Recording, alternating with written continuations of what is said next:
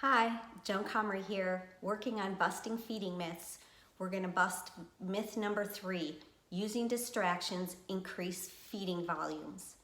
Now, I will admit in the short term, it does seem like it does increase the volume of food that a child will eat if they are distracted.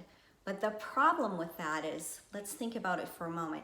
You're sitting on the couch and you just took out a half gallon of ice cream while you're watching one of your favorite shows and you didn't even realize that you ate that.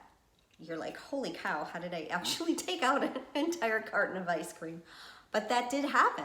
And what happens with kids when they need to have distractions in order to eat is that they are not concentrating or thinking at all about what they're doing, and they are not going to be more likely to repeat that situation. So if they don't like to eat and the only way they're going to do it is if you play a video, if they decide they really don't want that video that day, that video is not going to work, and you're going to have to then up the ante to, actually it probably starts with them just playing with some toys on the tray, and then when they decide that's not cool enough, then they're going to want music, and then you play music and that's not cool enough, they're going to want the video.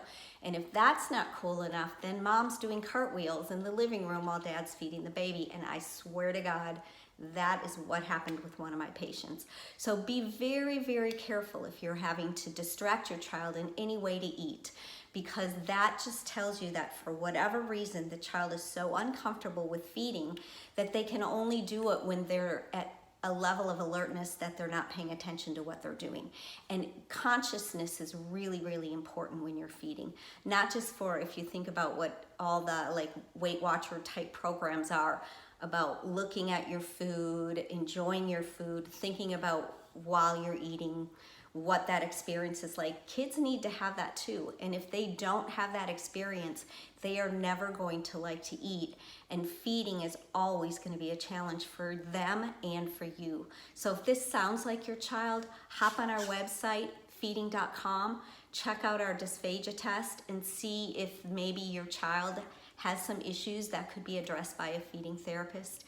You can also send us a consult through info@feeding.com. And hopefully there is a feeding therapist in your area. I can also do parent consults. If that's something you're interested in, just let me know. I hope this was helpful. Please like us, please subscribe, please share, and thank you for your time.